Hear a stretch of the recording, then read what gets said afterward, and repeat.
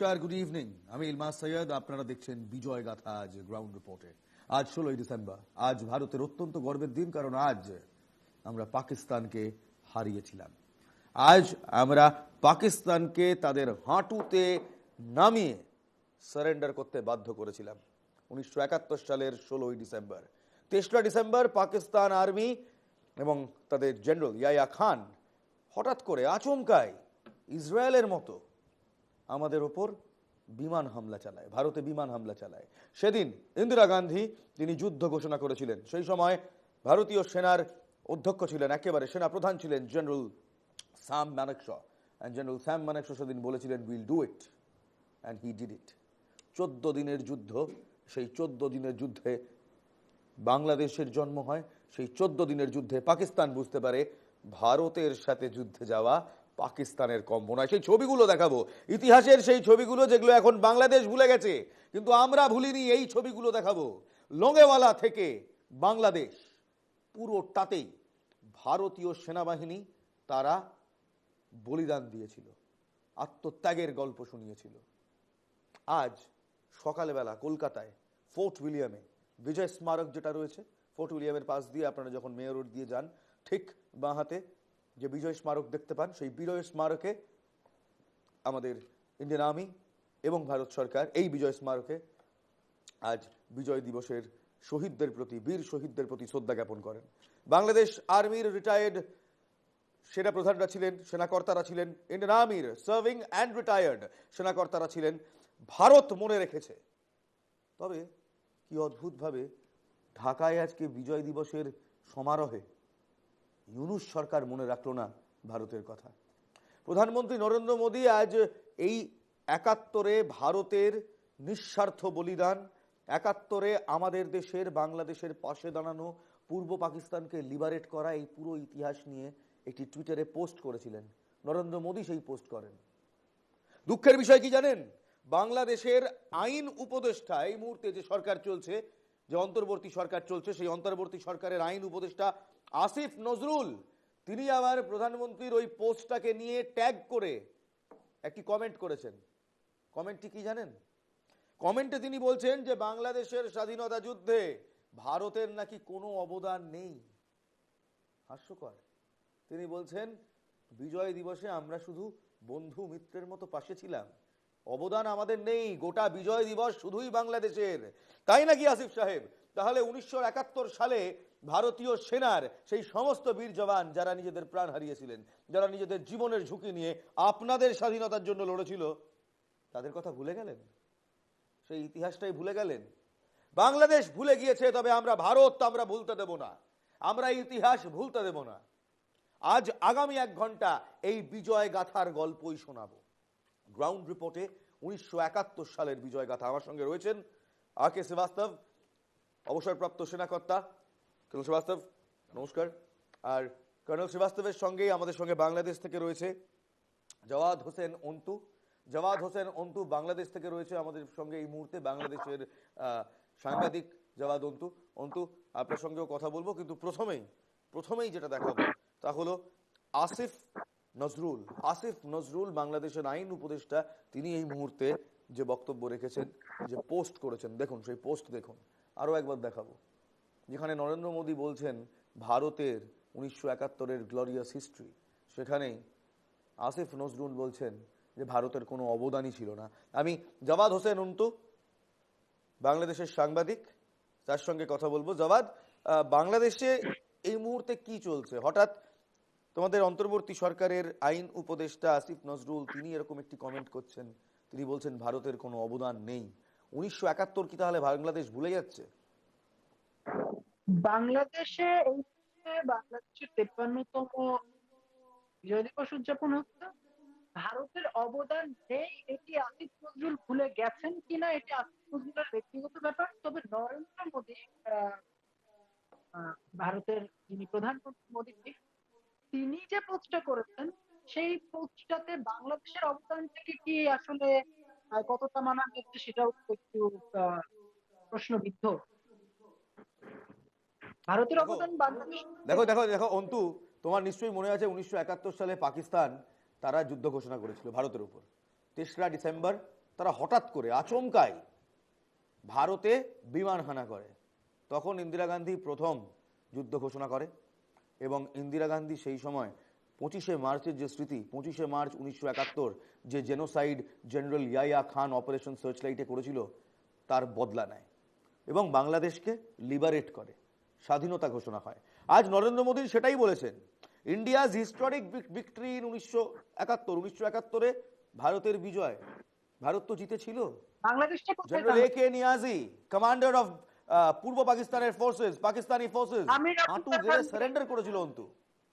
হ্যাঁ, সারেন্ডার করেছিল যৌথ বাহিনীর কাছে। আমাদের যুদ্ধটা তো শুরু হলো 26শে মার্চ, আর পাকিস্তানের সাথে ভারত যুদ্ধে যে হলো 3রা ডিসেম্বর।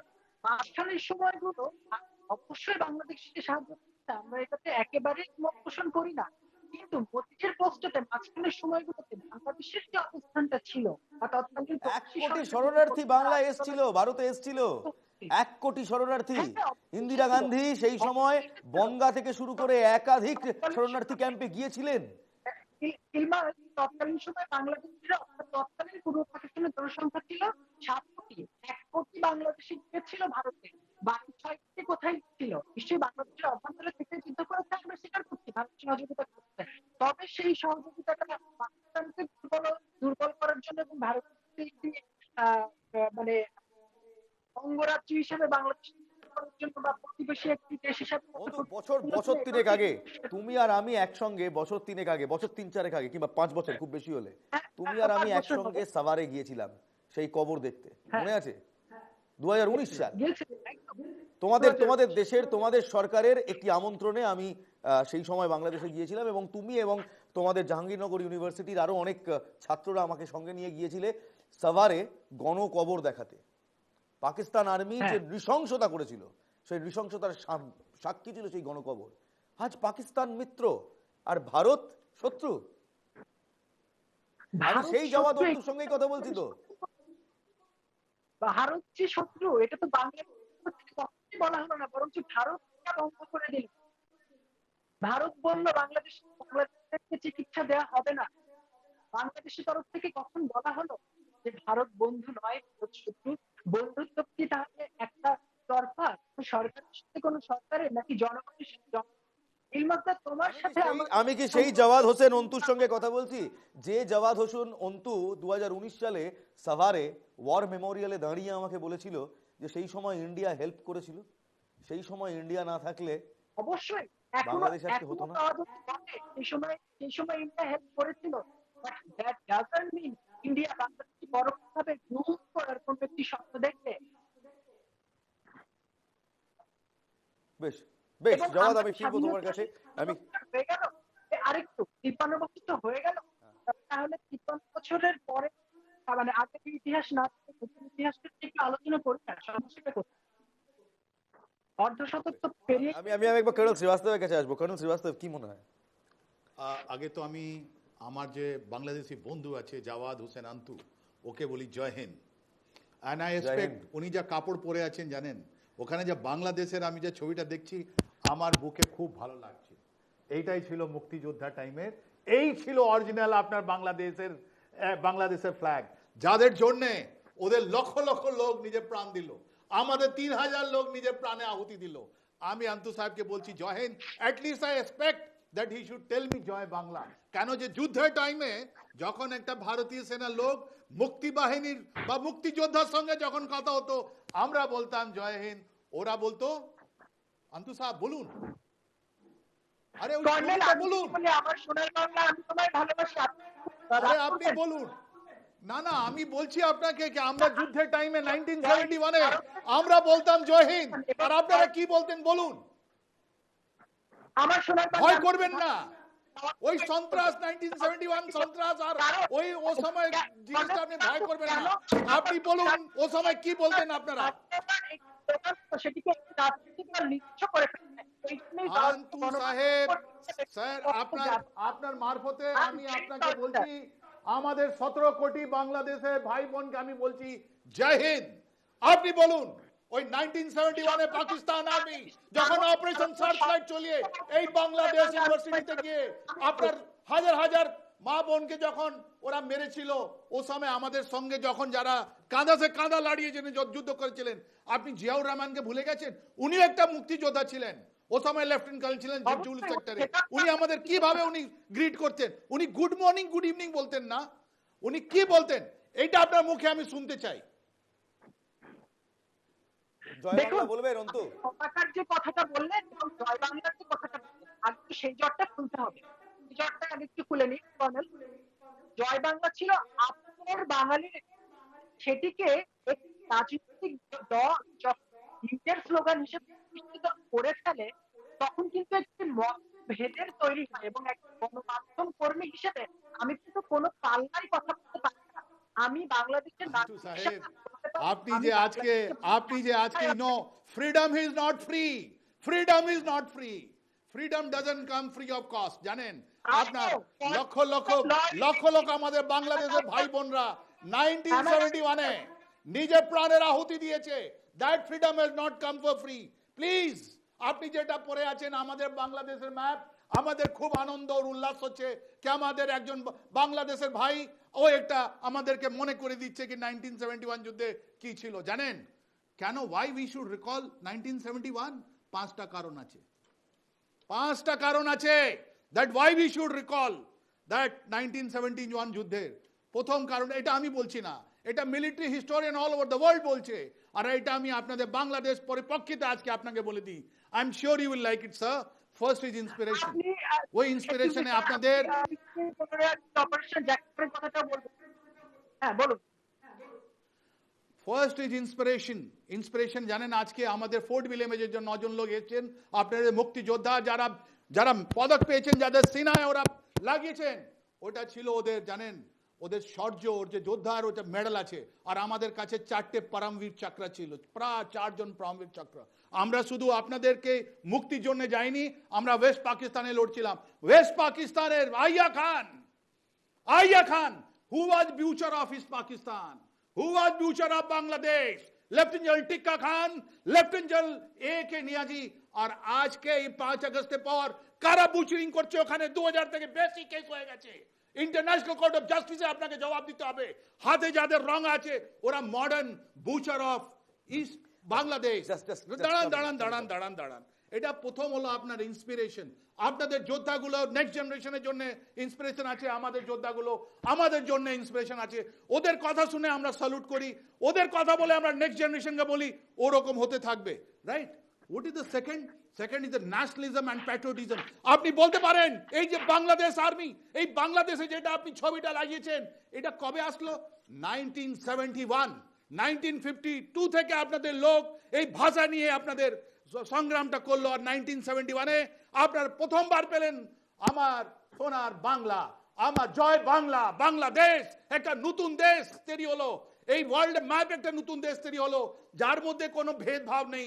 যারা শুধুমাত্র ওদের নিজের উল্লাস, নিজের জন্য একটা আন্দোলন করেছিল ভাই বোনরা আমার বাংলাদেশের, right? It is second nationalism and patriotism. আজকে আপনি যে ঝান্ডা নিয়ে যে আপনি দাঁড়ান, দুটো আরো বলতে দিন, আমাকে খতম করতে দিন। এই যে দুটো আপনি জিনিস বলছেন, দুটো পরে আছেন, এই যে ন্যাশনালিজমের কথা বলছেন, প্যাট্রিয়টিজমের কথা বলছেন, ইট হ্যাজ কাম অন 1971। বেশ আমরা চেষ্টা করবো, হয়তো অন্তুর সঙ্গে যোগাযোগ বিচ্ছিন্ন হয়েছে। আজ আমি বাংলাদেশ মানতেই চায়। অন্তু আপনি কি আছেন? হ্যাঁ আমি আছি, আমি শুনতে পাচ্ছি। আপনাকে আমি একটু বলবো, স্ক্রিনে আসতে বলবো, হ্যাঁ আমরা ক্যামেরাটা অন আমি করতে বলবো। বেশ অন্তু আছে। অন্তু আজকে কর্নেল শ্রীবাস্তব যে কথাগুলো বললেন সত্যি তো। দেখুন, বাংলাদেশ এবং ভারতের মধ্যে তো কখনো এই খারাপ সম্পর্কটা ছিল না, শেখ হাসিনার সময়ও ছিল না। আমি যখন আপনার সঙ্গে দেখা করেছিলাম বাংলাদেশে, সেই সময় শেখ হাসিনার রেজিম।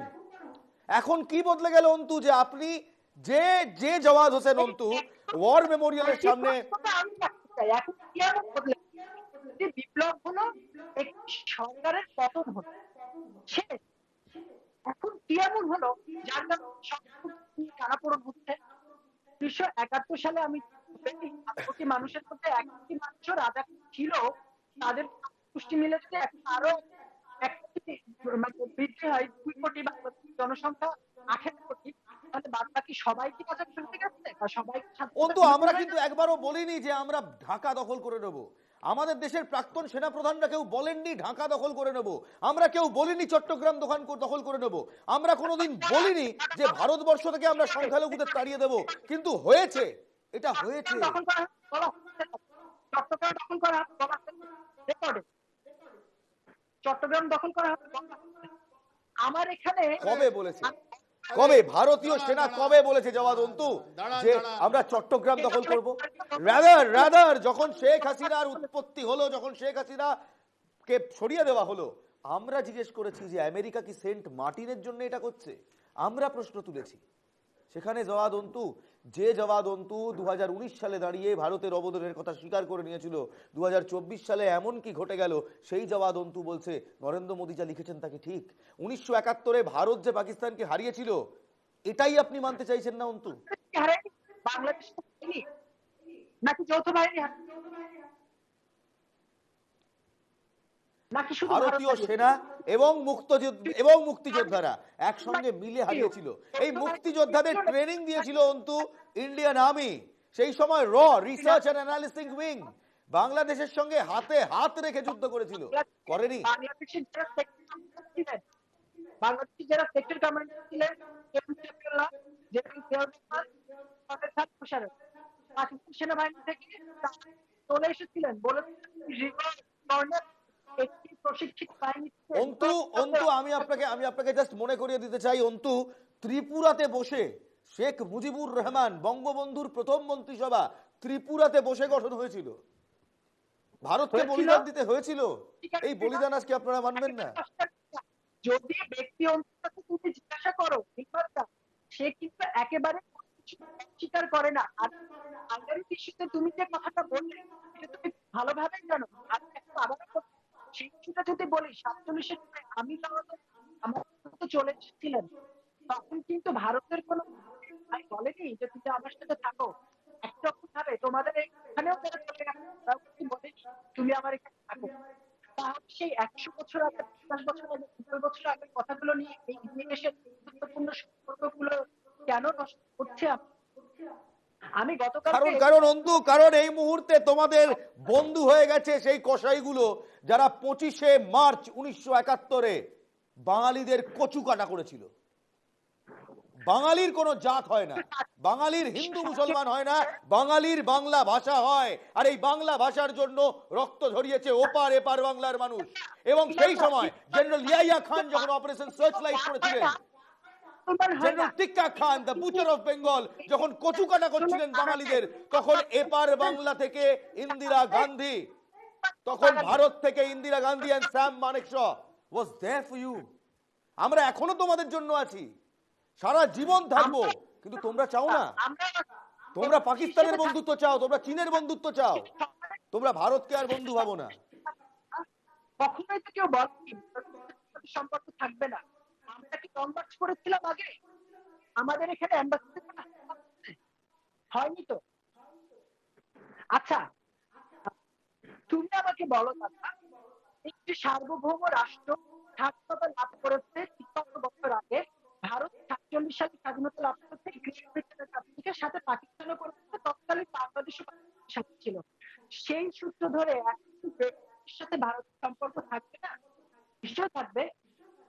এবং সকল আন্তর্জাতিক জেনেভা কনভেনশন মেনে এখানে তো একটি মিউচুয়াল রেসপেক্টের জায়গা থাকে। এখনো তো রয়েছে অন্তু, ভারত কি ৭১ সাল থেকে ২০২৪ অব্দি মিউচুয়াল রেসপেক্ট দেয়নি? মোহাম্মদ ইউনুসের মনে হয়েছে যে হয়তো আমরা দিইনি, শেখ হাসিনা তো মেনেছিলেন যে দিয়েছি। বিএনপির খালেদা জিয়ার মনে হয়েছে যে আমরা দিইনি, কারণ তুমিও জানো অন্তু বিএনপির খালেদা জিয়া কাদের সুরে কথা বলে, তুমিও জানো অন্তু বিএনপির খালেদা জিয়া আর জেনারেল পারভেজ মুশাররফের তু তু মে মে নয়ন মে চলি ঠিক কি ছিল, তুমিও জানো অন্তু।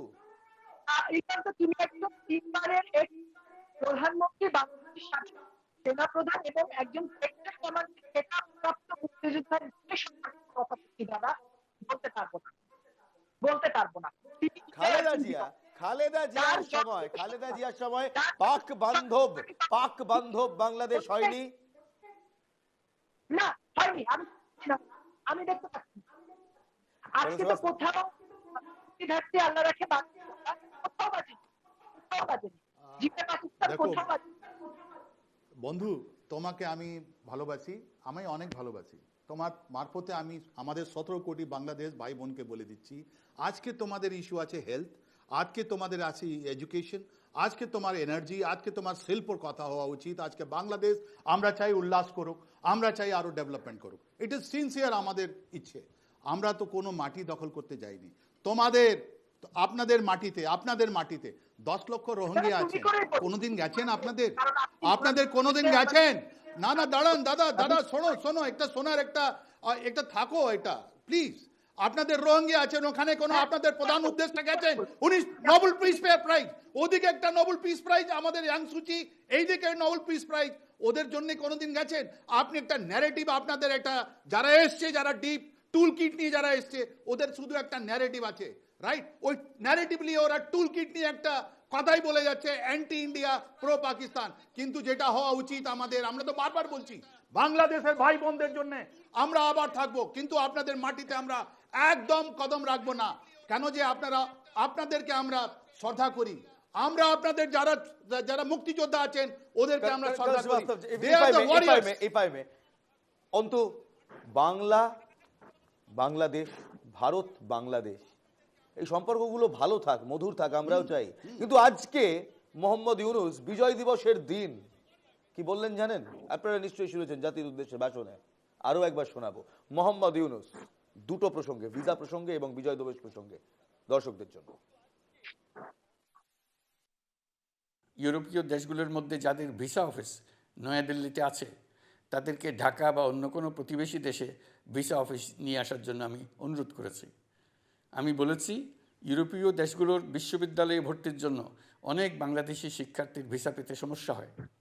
তারা যদি ভিসা সেন্টার ঢাকায় নিয়ে আসেন, তাহলে আমাদের ছেলে মেয়েদের ভোগান্তি কমে যাবে।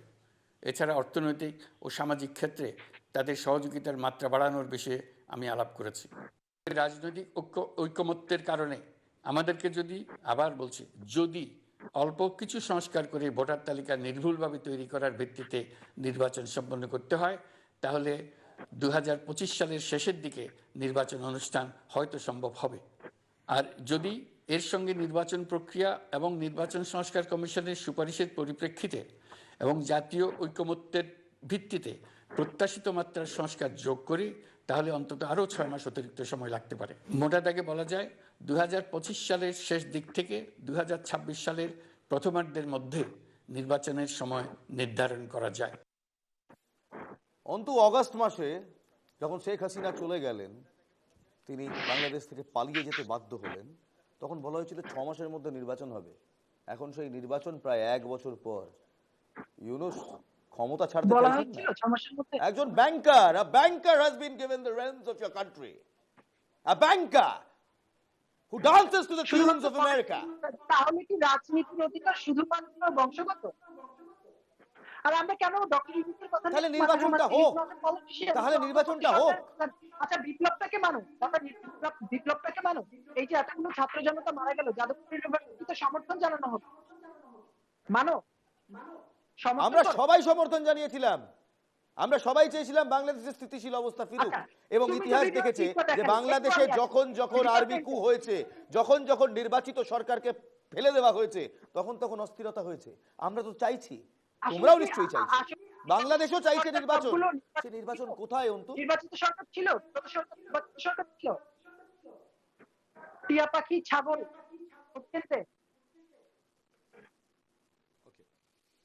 একটি স্বাধীন রাষ্ট্রে যেখানে 18 জনগণ 40% ভোট বাস্তব হয় না। বেশ, তাহলে অন্তু, আমি তোমার দেশের একজন সাহিত্যিক, তার আজকে একটি এক্সপোস্টে তার বিবৃতি তোমায় পড়ে শোনাবো। তসলিমা নাসরিন কি বলছেন শুনবো। জঙ্গি জেহাদি জামাতির ইউনূস সরকার ক্ষমতা দখল করেই রিসেট বাটন টিপেছিল। মুক্তিযুদ্ধের ইতিহাস আর আদর্শ, স্বাধীন বাংলাদেশের আবেগ, সার্বভৌম রাষ্ট্রের দৃঢ়তা, সংবিধান আর তার ধর্মনিরপেক্ষতার অঙ্গীকার, স্বাধীনতা দিবস, বিজয় দিবস সব উড়িয়ে দিতে চেয়েছিল। তবে ভয়ঙ্কর সমস্যার মুখে পড়ে 5 পা পিছিয়েছে। সেই কারণেই নামকা ওয়াস্তে একখানা বিজয় দিবস করেছে। আজ রাজাকারদের জন্য পরাজয় দিবস, সে কারণে কুচকাওয়াজ নেই, উৎসব নেই। আর রাজাকার পিতা ইউনুস ইদানিং দুরকম অভিনয় করে চলেছেন। অধিকাংশ বাঙালিকে বোকা বানাবার জন্য উল্লেখযোগ্য কিছু দিবস তারা পালন করবে, বাঙালি সাজবে, কিন্তু ভেতরে জোরে সোরেই জিহাদ চালিয়ে যাবে। যারা বোঝার তারা বুঝবে কি হচ্ছে দেশে, আর যারা চোখ বুঝে থাকার তাদের চোখ শত চাইলেও কেউ খুলতে পারবে না। আজ এই বক্তব্য তসলিমা নাসরিনের। জাওয়াদ হোসেন অন্তু এই কথা বলছেন তোমার দেশের একজন সাহিত্যিক, যাকে তোমার দেশ আর মানতেই চায় না, জায়গায় দিতে চায় না, কারণ তিনি লেখেন। এবং অদ্ভুতভাবে আমার ঠিক যেমন ইরান কোনোদিন দেশে সালমান রাশদিকে জায়গা দিতে পারল এবং না। তারা এক রাষ্ট্র। ভীষণ অদ্ভুত। এবং আমার দেশে তোমরা চাও না স্বৈরশাসক তসলিমা নাসরিন দেশে ফিরুক? ছিল তখনও কিন্তু তসলিমা নাসরিন আসেন, তাকে আসতে দেওয়া হয় নাই। তখন তথাকথিত, আমার খুব অ্যালার্জি আছে শব্দটাতে, সেটা হচ্ছে সেকুলারিজম। আমাদের আগের যে সরকার ছিল তারা তো এইটাকে নিয়ে বাণিজ্য করতো, তারা তো আনতে পারে। সেকুলারিজম কি খারাপ অন্তু? সেকুলারিজম কি খারাপ? আমরা ভারতবাসীরাও তো সেকুলার। ওটাই না, আমরা সবাই সেকুলার, এটা নিয়ে ব্যবসা করা, এটা নিয়ে বাণিজ্য করা, সেকুলার একদম খারাপ না। একদম খারাপ না। তাহলে সংখ্যালঘু হিন্দুদের উপরে তো আক্রমণ কেন? তাহলে সংখ্যালঘু হিন্দুদের উপর আক্রমণ কেন? আমি তুমি একই ধর্মে বিশ্বাস করি, আমার দেশে তো কোনো সংখ্যালঘুর উপর আক্রমণ হয় না, তোমার দেশে কেন হবে? তোমার দেশে কি হয় না? না হয় না। বহাল তবিয়তে বসে আছি, বহাল তবিয়তে বসে আছি, একটা ন্যাশনাল চ্যানেলে প্রাইম টাইম ডিবেট শো করছি, কেউ মারেনি, কেউ হুমকিও দেয়নি।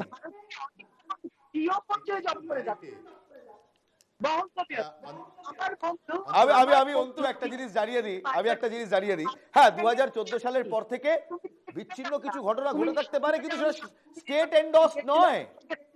ভারত সরকার কোনোদিন সেটাকে সাপোর্ট করেনি। দু একজন লুম্পেন যারা করেছিল তাদের সবাইকে সাজা দেওয়া হয়েছে। আমাদের এখানেও তাই। আজকে আমার ধর্মের জন্য আমার দেশের কোন মিডিয়া হাউস আমাকে সরে যেতে বলেনি, কিন্তু তোমার দেশে স্রেফ ধর্মের জন্য ভাইস চ্যান্সেলর থেকে প্রফেসরদের সরে যেতে হয়েছে। ভাইস চ্যান্সেলর থেকে প্রফেসরদের একাধিক ইউনিভার্সিটির তাদের সরে যেতে হয়েছে। সেটা ধর্মীয় কারণ নয়, সেটি রাজনৈতিক লেজুর বৃত্তির রেকর্ড থাকে। আমি বিশ্ববিদ্যালয়ে পড়েছি। আচ্ছা আচ্ছা, তাহলে অন্তু, তাহলে আজকে অন্তু তোমাকে আরেকজনের কথা শোনাই। শেখ হাসিনা, প্রাক্তন প্রধানমন্ত্রী বাংলাদেশ, তিনি একটি বার্তা দিয়েছেন। শেখ হাসিনার বার্তা দর্শকদের জন্য: মুক্তিযুদ্ধের আদর্শের প্রতি বিন্দুমাত্র সংবেদনশীলতা নেই মোহাম্মদ ইউনূস সরকারের। তারা পারলে ভিন্ন বয়ান উপস্থাপন করে জাতীয় জীবনের সর্বক্ষেত্র থেকে মহান মুক্তিযুদ্ধের চিহ্ন মুছে ফেলতে চায়। এই সরকার গণতান্ত্রিকভাবে নির্বাচিত না হওয়ায় জনগণের প্রতি তাদের কোনো দায়বদ্ধতা নেই। তারা স্বাধীনতা বিরোধী উগ্র সাম্প্রদায়িক শক্তিকে মদদ দিয়ে যাচ্ছে। দেশি বিদেশি ষড়যন্ত্রের মাধ্যমে দেশ বিরোধী গোষ্ঠী অবৈধ ও অসাংবিধানিকভাবে রাষ্ট্র ক্ষমতা দখল করেছে। ফ্যাসিস্ট ইউনূসের নেতৃত্বে অগণতান্ত্রিক এই গোষ্ঠীর জনগণের প্রতি কোনো দায়বদ্ধতা নেই। তারা ক্ষমতা দখল করে সকল জনকল্যাণমুখী কাজকে বাধাগ্রস্ত করছে। মুক্তিযুদ্ধের ইতিহাস ও চেতনা সংশ্লিষ্ট যা কিছুতে তারা দায়সারা গোছের আচরণ পালন করছে, সেটা মহান মুক্তিযুদ্ধের চেতনার প্রতি দেশের মানুষের নির্ভেজাল অনুরাগের চাপের কারণ। জাওয়াদ হোসেন অন্তু, তোমার দেশের প্রাক্তন প্রধানমন্ত্রী, তিনি এই বিবৃতি দিচ্ছেন। তোমার নিশ্চয় মনে আছে, টেকনিক্যালি তিনি এখনো প্রধানমন্ত্রী। শেখ হাসিনা যখন ভারতে গেলেন, তাকে বাংলাদেশের তরফ থেকে রাজনৈতিক বক্তব্য না দেন এবং কিছুদিন আগে জয়শঙ্কর নিশ্চিত করলেন রাজনৈতিক বক্তব্য দেবেন। সেটা আপনি দিতে পারেন, ওনার স্বাধীনতা, রাজনীতিবিদ, উনি বাংলাদেশের মাঝখানের প্রধানমন্ত্রী, উনি দিতেই। কিন্তু তোমার নিশ্চয় মনে আছে 80 দশকে হুসাইন মোহাম্মদ এরশাদ মিলিটারি ডিক্টেটর হিসেবে যিনি ক্ষমতা দখল করেছিলেন এবং এমনই একটি বিপ্লবের মাধ্যমে যিনি পরাজিত হলেন বা ক্ষমতা, তিনি কিন্তু দেশে থেকে কারাবরণ করেছেন। ম্যাডাম শেখ হাসিনা কেন কারাবরণ করলেন? তাকে যখন আন্তর্জাতিক অপরাধ ট্রাইব্যুনালে রাস্তায় আনা হয়েছে, তিনি থেকে আসছেন, তাকে কেউ নিষেধ করেনি। আমি বলছি দাদা, আপনার মাধ্যমে ভাই আমি আপনার মাধ্যমে আপনার বয়স থেকে বেশি আমি 17 কোটি বাংলাদেশের ভাই বোনকে বলতে চাই শেখ হাসিনা মামলায় আপনার যদি ক্ষমতা থাকে তাহলে 5 তারিখে আপনি কমিশন বসিয়ে নিন। ভারত শেখ হাসিনাকে ডাকেনি, আমরা ডাকিনি, সামরিক বিমান ভারত দেয়নি, আপনার জামান। যদি আপনাদের ইন্টারনাল গভর্নমেন্ট মোহাম্মদ ইউনূসের ক্ষমতা থাকে তাহলে উনি জিজ্ঞেস করুন জালওয়াকুর জামানকে কেন সামরিক বাহিনী দিলেন। ওনার ডেস্টিনেশন তো ইউরোপিয়ান কান্ট্রি ছিল, আমরা কোনোদিন ডাকিনি, আমরা কোনোদিন বলিনি আমরা কিন্তু আমাদের সঙ্গে কথা হয়নি। নিমন্ত্রণপত্র আপনি মিথ্যা কথা বলছেন। ব্রিটেন যখন ডিনাই করলো, একাধিক ওয়েস্টার্ন কান্ট্রিজ যখন ডিনাই করলো, আমরা ফিরিয়ে দিতে পারি না। আমরা দলাই লামাকেও রেফিউজ দিয়েছিলাম, তিনি এখনো এখানে আছে, তিব্বতের দলাই লামা। আমরা আগামী দিনে অন্তু আপনার দরকার পড়লে আপনাকেও রেফিউজ দেব। আমরা তাসলিমা নাসরিনকেও রেফিউজ দিয়েছিলাম। যদি কেউ তার প্রাণের ভয় নিয়ে ভারতের দোরগোড়ায় আসে আমরা রেফিউজ দেব। অন্তু, কর্নেল শ্রীবাস্তব, একটা ছোট্ট বিরতি নেব, বিরতির পর ফিরে আসছি। এই আলোচনা চালাবো, একটা ছোট্ট বিরতির পর ফিরে আসছি বিজয় গাথা নিয়ে, 1971-এর বিজয় গাথা। বাংলাদেশ আজকে ভুলে গেছে, কিন্তু আমরা ভারত ভুলতে দেব না। ধর্মর নামে ভারতকে ভেঙে ভাগ করা যায় না, এটা গোটা বিশ্ব জানে। 1971 সালে বাংলাদেশের পাশে দাঁড়িয়েছিল ভারত মনে রেখেছে, বাংলাদেশ ভুলে গেছে, তবে আমরা ভুলতে দেব না। ছোট্ট বিরতির পর ফিরছি।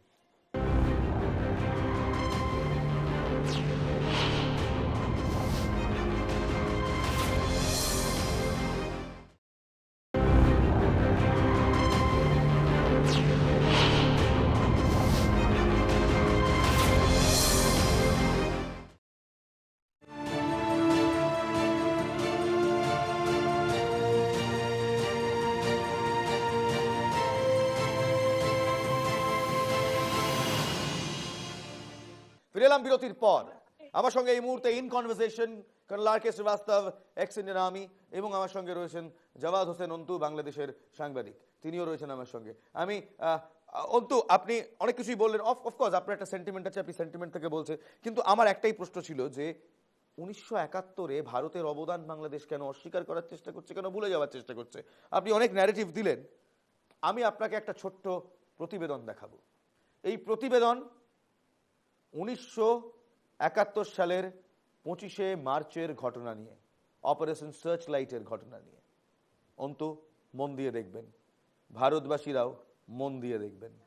প্লে।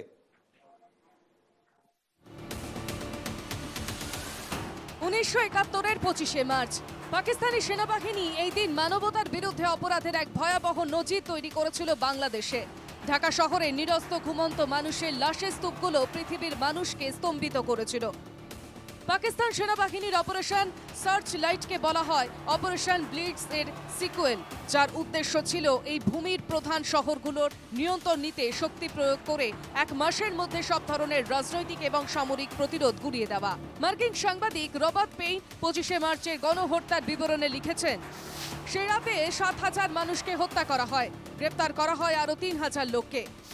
পূর্ব পাকিস্তান জুড়ে সৈন্যরা বাড়িয়ে চলল মৃতের সংখ্যা, জ্বালাতে শুরু করলো ঘরবাড়ি, দোকানপাট, লুট আর ধ্বংস তাদের নেশায় পরিণত হলো যেন।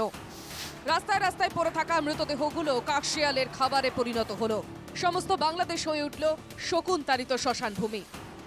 বাঙালির ওপর অপারেশন সার্চলাইট নামের ওই নিধন যজ্ঞের পরিকল্পনা হয়েছিল 71-এর মার্চের শুরুতেই, জুলফিকার আলী ভুট্টোর পাকিস্তানের লারকানার বাড়িতে। 1971-এর 22শে ফেব্রুয়ারি সামরিক বাহিনীর হাইকমান্ডের সঙ্গে বৈঠকে ইয়াহিনা খান বলেছিলেন, 30 লক্ষ বাঙালিকে হত্যা করো, দেখবে ওরা আমাদের পা চেটে খাবে। সামরিক আক্রমণের সিদ্ধান্ত নিল পাকিস্তান, নাম অপারেশন সার্চলাইট। অপারেশনের মূল পরিকল্পনার দায়িত্বে ছিলেন মেজর জেনারেল খাদিম হুসাইন রাজা এবং মেজর জেনারেল রাউ ফারমান আলী। সিদ্ধান্ত হয় যত বেশি সংখ্যক রাজনৈতিক নেতা, সাংস্কৃতিক জগতের মানুষজন, শিক্ষকদের গ্রেপ্তার করার, ঢাকা বিশ্ববিদ্যালয় দখলের। অপারেশনের শুরুতেই অস্ত্র এবং গোলা বারুদের কেড়ে নিয়ে বাঙালি সৈন্যদের নিষ্ক্রিয় করার সিদ্ধান্ত হয়। ঠিক হলো বাধা দিলে সরাসরি হত্যা করার, ঢাকা শহরের সড়ক, রেল ও নৌপথের দখল নিয়ে সারা শহর বিচ্ছিন্ন করে ফেলার। রাত 11টায় কারফিউ জারি হয়েছিল। রাত 11:30 নাগাদ ব্যারাক থেকে সেনাবাহিনী বেরিয়ে এসে পরিকল্পনা অনুযায়ী বাংলার ঘুমন্ত নিরস্ত মানুষের ওপর ঝাঁপিয়ে পড়ল। শুরু হলো নজিরবিহীন হত্যাযজ্ঞ। ঢাকা বিশ্ববিদ্যালয়, ইপিআর সদর দপ্তর, রাজারবাগ পুলিশ লাইন ধ্বংসস্তূপে পরিণত হলো। তবে মাথা নোয়ালো না বাঙালি, শুরু হলো গুলির লড়াই। সেখানে পড়ে রইল লাশের পাহাড়। গ্রেপ্তার করা হলো বঙ্গবন্ধু শেখ মুজিবুর রহমানকে। গ্রেপ্তারের আগেই তিনি ঘোষণা করলেন বাংলাদেশের স্বাধীনতা। 25শে মার্চ মধ্যরাতে বঙ্গবন্ধুর ঘোষণা ছিল, এটাই হয়তো আমার শেষ বার্তা, আজ থেকে বাংলাদেশ স্বাধীন। বাংলাদেশের জনগণের প্রতি আমার আহ্বান, আপনারা যে যেখানেই থাকুন এবং যার যা কিছু আছে তা দিয়ে শেষ পর্যন্ত দখলদার সেনাবাহিনীকে প্রতিহত করুন। বাংলাদেশের মাটি থেকে পাকিস্তান দখলদার বাহিনীর শেষ সৈনিকটি বিতাড়িত এবং চূড়ান্ত বিজয় অর্জিত না হওয়া পর্যন্ত আপনাদের এ লড়াই চালিয়ে যেতে হবে। ঝাঁপিয়ে পড়েছিল ভারত। বাংলাদেশের মানুষকে বাঁচাতে পাকিস্তানকে চাপ দেয় ভারত। পাল্টা ভারত বিমান হামলা চালায় পাকিস্তান। তারপরই 3রা ডিসেম্বর পাকিস্তানের বিরুদ্ধে যুদ্ধ ঘোষণা করেন ইন্দিরা গান্ধী। মাত্র 14 দিনের যুদ্ধে পাকিস্তানকে হাঁটু ঘেরে সারেন্ডার করতে বাধ্য করে ভারত। জন্ম নেয় বাংলাদেশ। আজকের বাংলাদেশ ভুলে গেছে 16ই ডিসেম্বরের ভারতের বিজয় গাথা। তারা ভুলে গেছে 25শে মার্চের পাক সেনার গণহত্যাও। তবে আমরা ভুলতে দেব না। Bureau report, NKTV Bangla.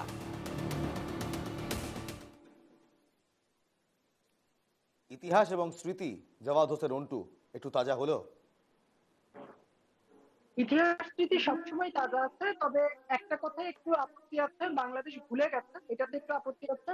আর একটা কথা আপত্তি আছে, আমরা কোনোদিন ভুলতে দেব না, কারণ এখন বাংলাদেশ একটা সম্পূর্ণ সার্বভৌম রাষ্ট্র।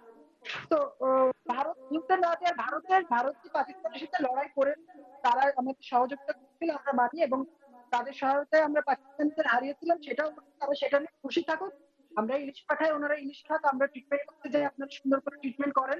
দুই দেশের বাণিজ্য খুব ভালো হোক, দুইটা সার্বভৌম রাষ্ট্র হিসেবে, দক্ষিণ রাষ্ট্র হিসেবে এইভাবেই বেঁচে থাকতে চাই, মানে ব্যক্তি অন্তর এটাই কথা। তবে 25শে মার্চ 1971 কারা কচুকাটা করেছিল বাঙালিদের অন্তু? অবশ্যই পাকিস্তানিরা একবার করেনি, ভারতের উপর তারা এখন একবারের জন্য ইউনুস সরকারের বন্ধু, তারা এখন বিএনপির বন্ধু। পাকিস্তানের লন্ডন পণ্যবাহী যদি- জাহাজ 1971-এর পরেই প্রথম বাংলাদেশে নোঙর ফেললো।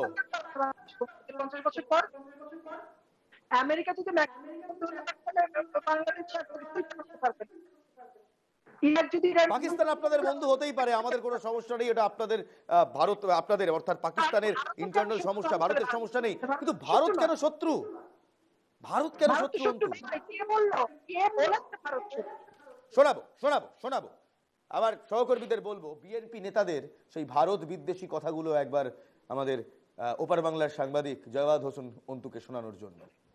বিএনপি নেতাদের বক্তব্য শুনুন অন্তু।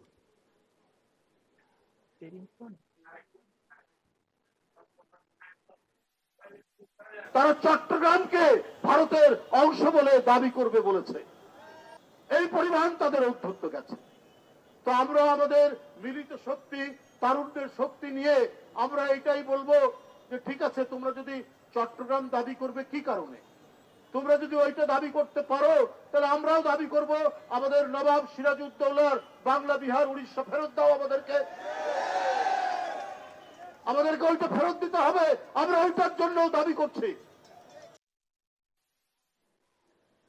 অন্তু নেই, অন্তু রণে ভঙ্গ দিয়েছে, অন্তু এই মুহূর্তে নেই, যোগাযোগ বিচ্ছিন্ন হয়ে গেছে, নিশ্চয়ই পরবর্তীতে আবার ফিরবো। কেন শ্রীবাস্তব, জেনোসাইড 25 মার্চ 1971, আর এখন কোথাও সেই বুচার্স অফ বেঙ্গলদের হাতেই বাংলাদেশের বন্ধুত্বর হাত বাড়িয়ে দেওয়া। আর আমরা যারা যুদ্ধ জিতলাম, যারা তাদের হয়ে যুদ্ধ করলাম, তাদের স্বাধীনতা দিলাম, আজকের দিনে 16ই ডিসেম্বর আজকে আমরাই খারাপ হয়ে গেলাম কেন? ওকে, এটা দুটো আগে কথা বলে দিই। জেনারেল VK সিং আমাদের চিফ আর্ম স্টাফ ছিলেন 1971 যুদ্ধে, উনি রাজপুত রেজিমেন্টের সঙ্গে ইন্টেলিজেন্স অফিসার ছিলেন, ঢাকায় প্রবেশ করেছেন। উনি নিজের মেমোরিতে কি লিখেছেন জানেন? আপনার চোখে জল এসে যাবে। উনি বলেন, যখন আমরা ঢাকা মিলিটারি ক্যান্টনমেন্টে গেছি, 300 থেকে বেশি আমাদের বাংলাদেশের মা বোনরা ছিলেন ওখানে, কারো গায়ে কোনো কাপড় ছিল না। কেন? পাকিস্তান আর্মিরা বলছিল যদি এদের কাছে কাপড় থাকলে ওরা আত্মহত্যা করে নিতেন। এবং কি ওনার যা পিস্তল ছিল ওনার, ওটা কেড়ে নেওয়ার ওরা চেষ্টা করেছে যে আত্মহত্যা করতে। আমার ভাই, আমার মা বোনরা ওখানে ছিলেন বাংলাদেশে। কোন ফৌজি এটা কথা শুনে, কোন আমাদের বাংলাদেশের মা বোন এটা কথা শুনে এদের সঙ্গে থাকবে? বলুন, আপনি রাজাকার সঙ্গে থাকবে আপনি? এটা নাম্বার 1। নাম্বার 2, আমাদের ভুল ছিল, আমাদের ভারতীয় ভুল ছিল। আমি বলছি আপনাকে 1975-এ আগস্ট থেকে নভেম্বর পর্যন্ত বারবার আপনাদেরকে বলছি, কু কাউন্টার কু হলো ওর মধ্যে। রাইট? ওখানে একটা military law administrator general Ziaur Rahman আনলেন, কতগুলো লোকের হাতে হলো, তারপরে আমরা বাংলাদেশ আর্মির সঙ্গে আমরা সম্বন্ধ বিচ্ছেদ করেছিলাম। ও সময় ওরা চায়না অ্যান্ড ইউকে সঙ্গে ওরা মিলে ট্রেনিং করেছে, আর ওরাই ওদেরকে বুঝেছে কি ইন্ডিয়া তোমার দুশ্মন। এই 15 বছর 75 to 91 এই যে ক্যান্টনমেন্ট থেকে যেটা পলিটিক্সটা এসছে, ওর মধ্যে অ্যান্টি ইন্ডিয়া সেন্টিমেন্ট, ওটা আপনার মৌলবাদী যারা ছিলেন, জামায়াত ইসলাম যিনি 15টা সিট ছিলেছেন, জানেন আপনি 1970 যখন এসব চলছিল ওখানে একটা বাই ইলেকশন করানো হলো, 15টা সিট জিতেছিল জামায়াত ইসলাম, রাইট? এই জামায়াত ইসলাম যারা আমাদের বাংলাদেশি ভাই বোনকে মারলো। আমরা চিন্তা নেই আপনাদের মধ্যে ইলেকশন হবে না হবে, আমরা চিন্তা নেই। আমাদের চিন্তা কি জানেন? আমাদের 17 কোটি ভাই বোন যারা আছে, ওদের দেশে কোনো সিরিয়া রকম সিচুয়েশন না হয়ে যায়, ওরা ইয়ামান না হয়ে যায়, ওরা মায়ানমার না হয়ে যায়। কেন যে আমি জানি আমরা গর্বিত আমাদের বাংলাদেশ। একই সঙ্গে আরেকটা চিন্তা আছে, ওরা পাকিস্তান না হয়ে যায়, সন্ত্রাসের লঞ্চ প্যাড না হয়ে যায়, ভারতের বিরুদ্ধে আবার সেই পাকিস্তানের মতো সন্ত্রাসবাদীর লঞ্চ করা না শুরু করে। কারণ করলে আমরা রেডি আছি কড়া হাতে জবাব দেওয়ার, কিন্তু এত বছর পুরনো বন্ধু যাদের জন্ম দিল ভারতবর্ষ, সন্তান বিয়োগে তো একটু সমস্যা হয়, তাই না? দেখুন এখন তো কেউ সার্ভে এখন করে না ওরা, কিন্তু আমাদের একটা ক্যালকুলেশন আপনি যদি করেন, কোল্ড ক্যালকুলেশন যদি করেন, তার দেশটা এখন আজকে বিভাজিত আছে, কারা মুক্তির যোদ্ধার পক্ষে আছে, কারা অ্যান্টি যুক্তির পক্ষে। 60% অফ দ্য বাংলাদেশ পপুলেশন, আমাদের 17 কোটি মা বোন ভাইরা সব জানে, ওরা গর্বিত আছে আজকে। এখানে কারণ শ্রীবাস্তব একটু থামাবো, দর্শকদের, বাংলাদেশি দর্শকদের যারা দেখছেন, নিশ্চয়ই দেখছেন, এবং একই সঙ্গে আমার ভারতবর্ষের দর্শকদের যারা অলরেডি জানেন, তাদের নতুন করে মনে করানোর দরকার নেই। 1971 সালে যে ভারতের বিজয়কে, আমাদের যে জয়কে বারবার বাংলাদেশ আজ অস্বীকার করার জন্য উঠে পড়ে লেগেছে, ঠিক কি হয়েছিল 71-এ? 3রা ডিসেম্বর 1971-এ কেন হামলা করলো পাকিস্তান, এবং তারপর আমরা কি করলাম, কিভাবে 14 দিনে যুদ্ধ জিতলাম, দেখুন।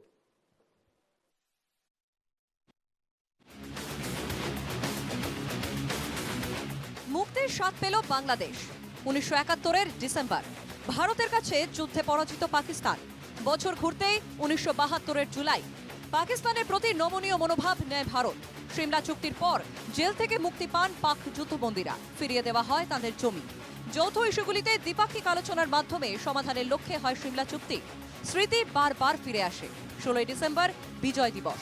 পাকিস্তান সেনাকে পরাস্ত করে ভারতীয় সেনার জয়, ভারতের জয়। পূর্ব পাকিস্তানে সেনা শাসন শেষ করে এক নতুন দেশ করল ভারত, তার নাম বাংলাদেশ।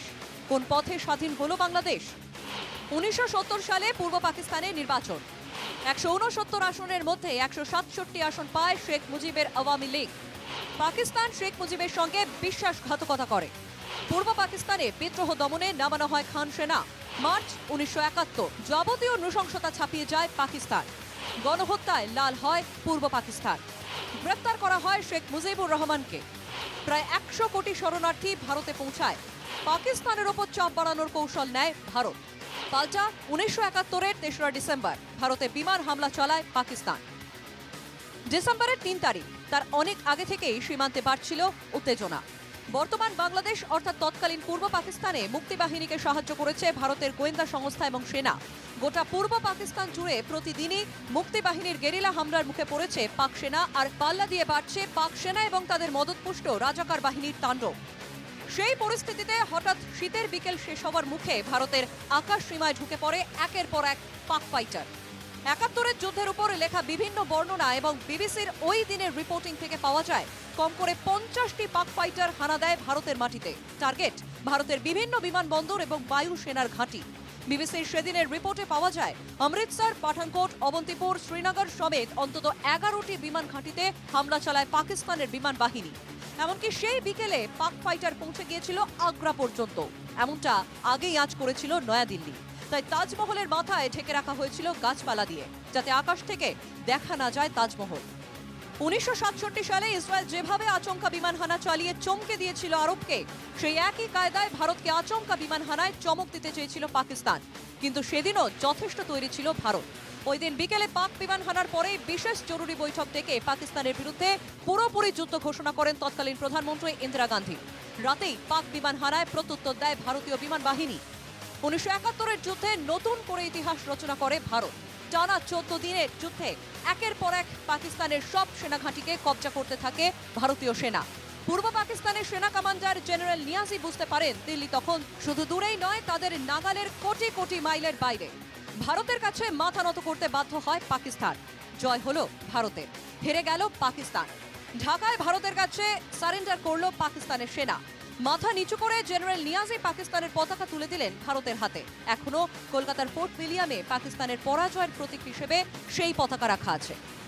1971-এর 16ই ডিসেম্বর ভারতের হাতে পাকিস্তানের হারের পর ভারতের হাত ধরেই জন্ম হয় বাংলাদেশে। সেই বাংলাদেশ যে আজ পাকিস্তানের বন্ধুত্বের জন্য ব্যাকুল হয়ে ভারতকেই রক্তচক্ষু দেখাচ্ছে। Bureau report, NKTV Bangla. Bangladesh ভুলে গিয়েছে হয়তো, কিন্তু আমরা ভুলতে দেব না, ভারত ভুলতে দেবে না।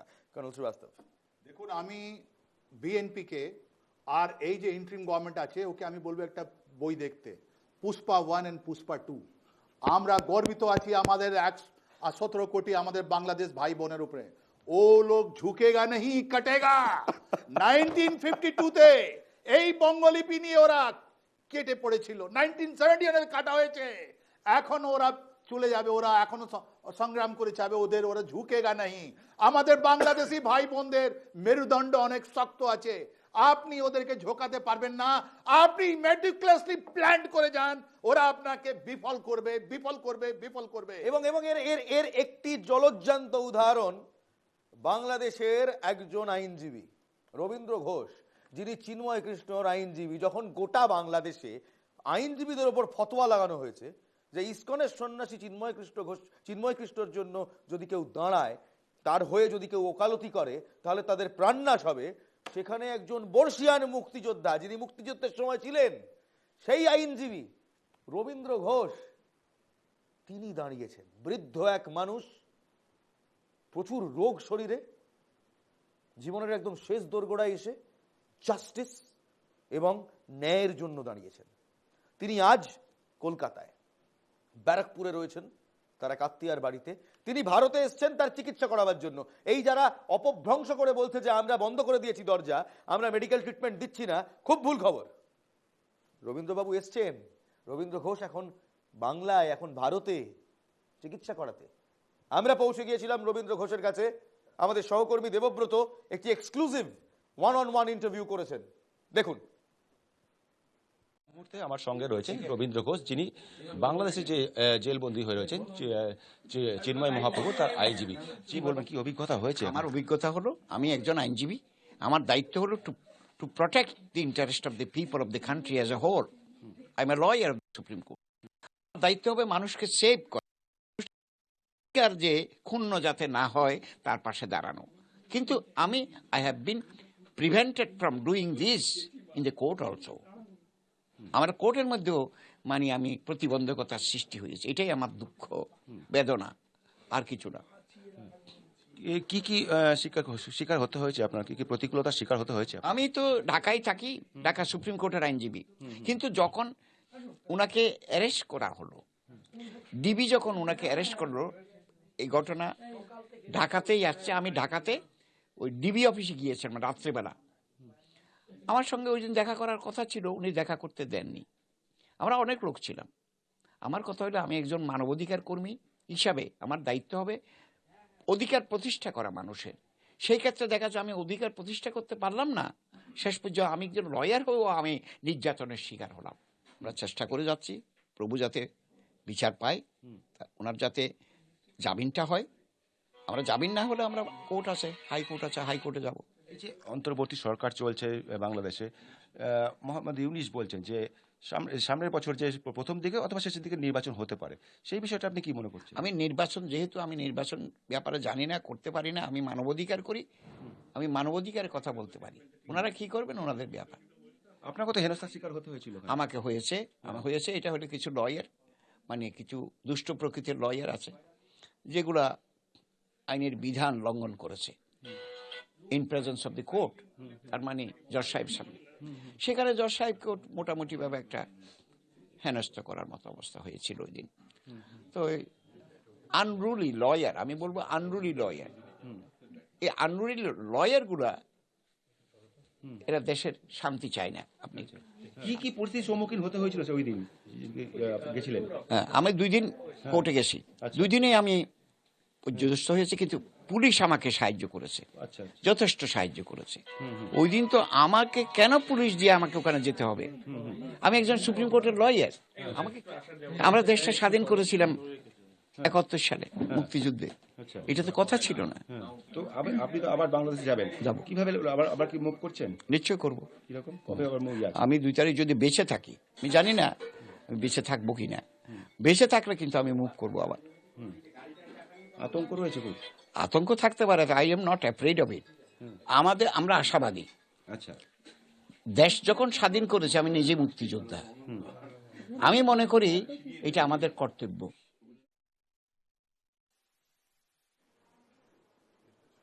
বাংলাদেশের স্পিরিটের নাম রবীন্দ্র ঘোষ, মুক্তিযোদ্ধাদের স্পিরিটের নাম রবীন্দ্র ঘোষ। বোধহয় জাওয়াদ হোসেন অন্তুর সঙ্গে আবার যোগাযোগ করার সম্ভব হয়েছে, আমরা দেখছি, আমাদের কলিগরা দেখছে যদি তাকে আবার আনা যায় অন এয়ার। হ্যাঁ, অন্তু এসছে। অন্তু, 71 তুমি যে সময়টুকুতে ছিলে না, 71-এর যুদ্ধের কথা দেখালাম আমরা, 71-এ ভারতের অবদানের কথা দেখালাম এবং রবীন্দ্র ঘোষের কথা শোনালাম, যে একজন আইনজীবী, বর্ষিয়ান আইনজীবী, জীবনের শেষ দোরগোড়ায় তিনি পৌঁছে গিয়েছেন, বৃদ্ধ মুক্তিযোদ্ধা, তিনি দেশ স্বাধীন করিয়েছিলেন, তিনি দাঁড়িয়ে রয়েছেন এবং তিনি প্রশ্ন করছেন যে কেন কাউকে ডিফেন্ড করার জন্য ফতোয়া জারি হবে। এই বাংলাদেশকে তো আমরা চিনি না, ফতোয়ার বাংলাদেশ কবে থেকে হয়ে গেল? ফতোয়া তো তালিবানরা দেয়, বাংলাদেশে আজকাল কে ফতোয়া দিচ্ছে? হ্যাঁ, আমি তো তোমার বর্তমান কথাটা শুনলাম, মাঝখানে ছিলাম না। শোনো, আমাদের এখানে খুব সুন্দর একজন গায়িকা আছেন, মহিলার নাম সায়ান চৌধুরী। তিনি একটা গান লিখছেন, গানটির নাম নষ্ট মুক্তিযোদ্ধা। এবং গানের শেষ লাইনে তিনি বলছেন, প্রথমে তিনি শুরু করেছেন, আমার মুক্তিযোদ্ধা তুমি লইও আমার সেলা, আর যদি হও নষ্ট তবে ঘৃণা দিতে। এবং শেষে তিনি বলছেন, রবীন্দ্র ঘোষ কি আপনাদের কথায় ওই কোট আনকোট ওই ব্যাপারটা? সে যে রক্ত তোমার দেবে না তাই ফিরত দিয়েছিল। তিনি বলছেন, শোনো, আজকে তোমায় বলি, ও মির্জাফরের ছেলে, তুমি মরতে গিয়ে সেদিন কেন জ্যান্ত ফিরে, আমার মাটি সেদিন তোমায়। ইতিহাস কিন্তু এটাও বলে যে মির্জাফর গদ্দারি করেনি। এটা ইতিহাস কিন্তু এটাও বলে অন্তু যে মির্জাফর গদ্দারি করেনি, এটা ইতিহাস বলে, ইতিহাসের একটা ভার্সন আছে। আমি একটা প্রশ্ন করবো, অবশ্যই সেজন্য রবীন্দ্র ঘোষ কি তোমাদের চোখে গদ্দার?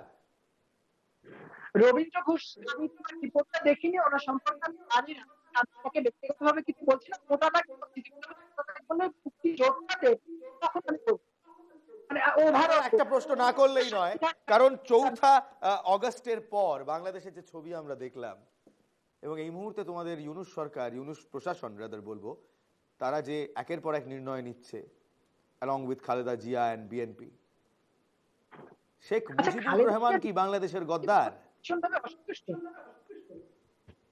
শেখ মুজিবুর রহমান কি বাংলাদেশের গদ্দার? এই প্রশ্ন আমি করছি বাংলাদেশের একজন সাংবাদিককে।